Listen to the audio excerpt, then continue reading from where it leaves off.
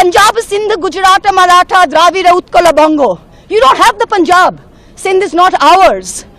Dravid is not yours. Utkal is not yours. Bongo is not yours. Where do you think you're going to rule us? Where do you think you get this brute majority from?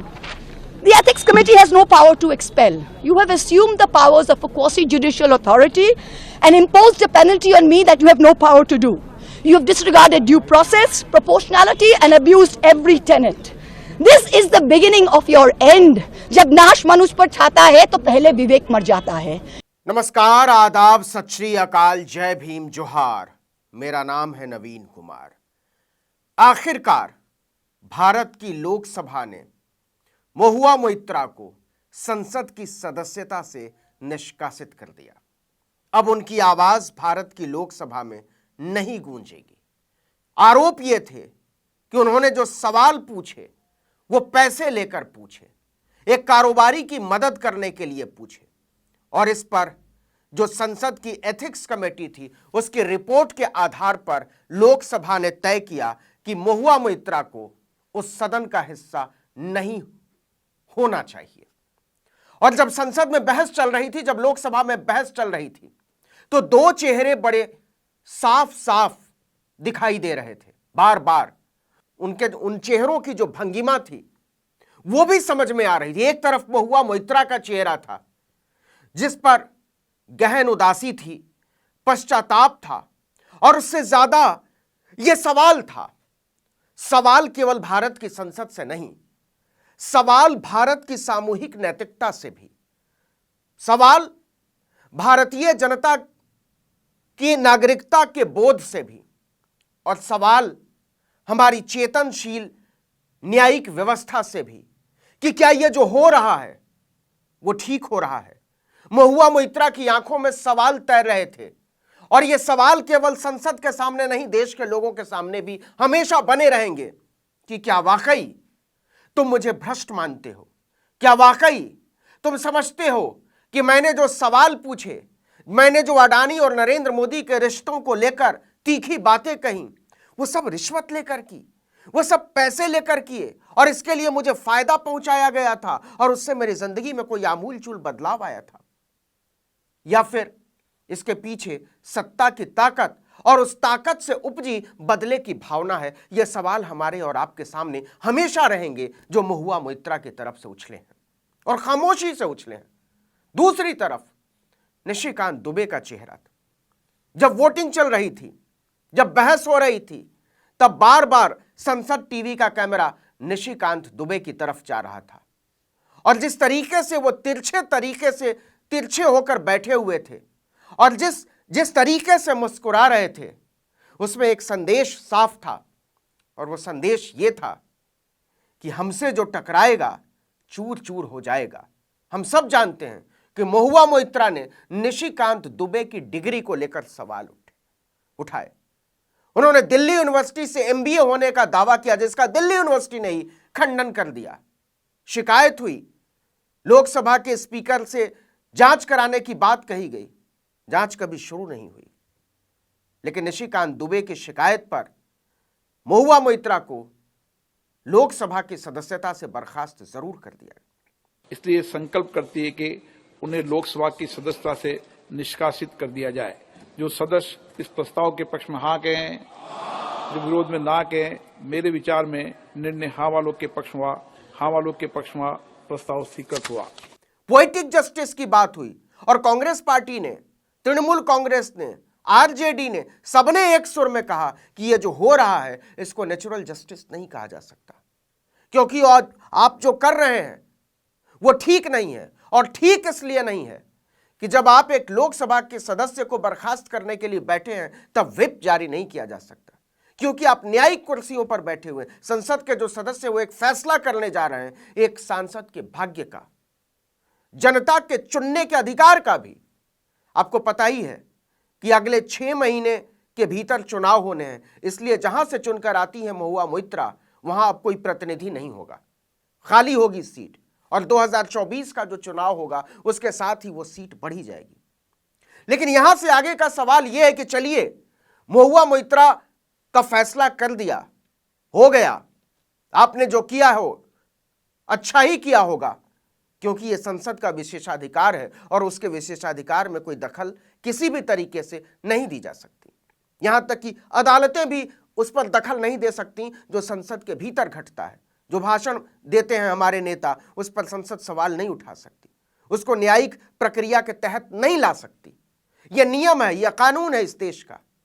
लेकिन सवाल है कि फिर अगर यही नैतिकता के ऊंचे मापदंड तय करने का इरादा था, भारतीय जनता पार्टी की तरफ से जो लोग बोलने के लिए, बहस पर, चर्चा में भाग लेने के लिए उठकर खड़े हुए, उन्होंने कहा कि सवाल उठे हैं, नैतिकता का सवाल है, गरिमा का सवाल है, संसदीय विशेषाधिकार का सवाल है, हमारा सिर नीचा हुआ है दुनिया भर में। लोग कह रहे हैं कि भारत के सांसदों को सवाल पूछना नहीं आता, वो दूसरों से पूछकर सवाल पूछते हैं।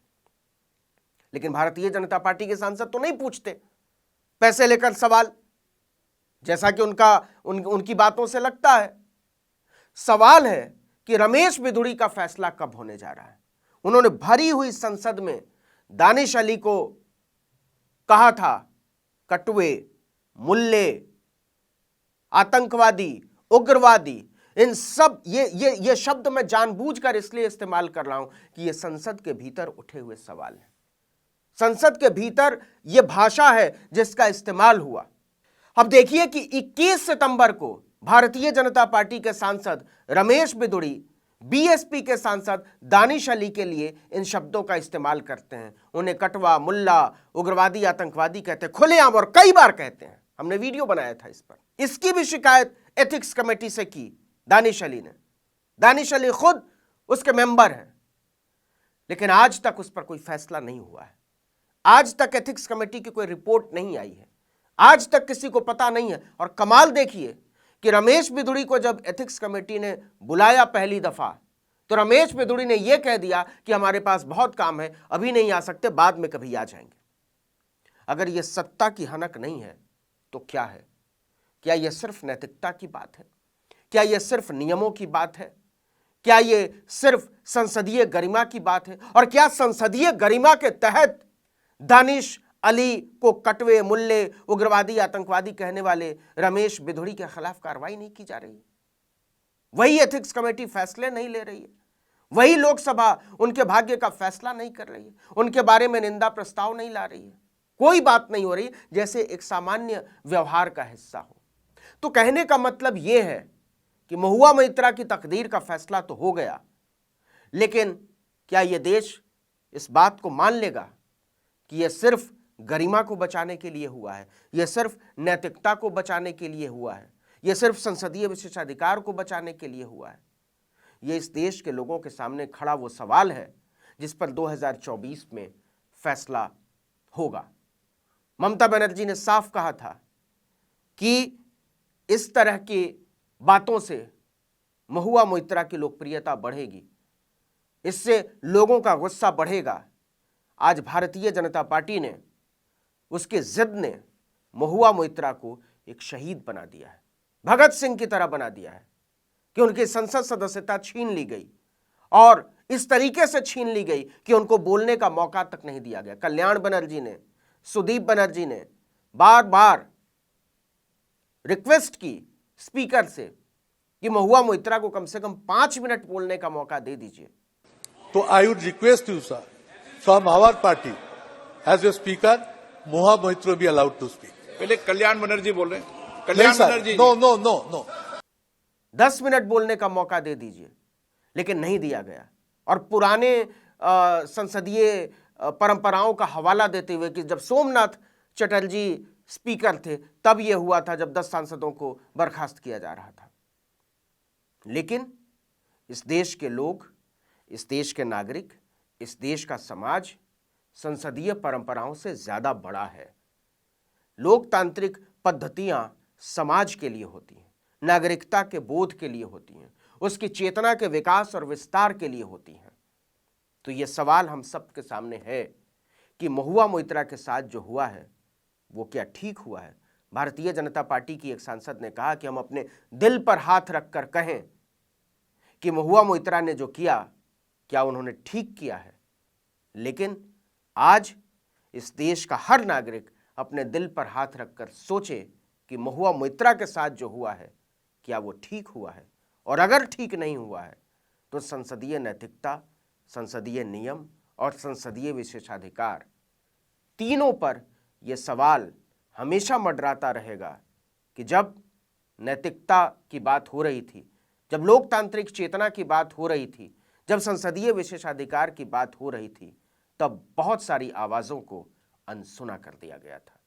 इस वीडियो में इतना ही, लेकिन अगर आपने आर्टिकल 19 इंडिया को अब तक सब्सक्राइब नहीं किया है तो फौरन कीजिए, बेल आइकॉन दबाइए, घंटी जैसी आकृति, लाइक कीजिए और कमेंट करके बताइए हमारा वीडियो आपको कैसा लगा। यूट्यूब पर देख रहे हैं तो हमारे चैनल को सब्सक्राइब कीजिए, फेसबुक पर देख रहे हैं तो पेज को लाइक कीजिए, इंस्टाग्राम पर फॉलो कीजिए और हमारा ट्विटर हैंडल है आर्टिकल 19_इंडिया और मेरा ट्विटर हैंडल है नवीन जर्नलिस्ट। आप मुझे भी फॉलो कर सकते हैं। नमस्कार।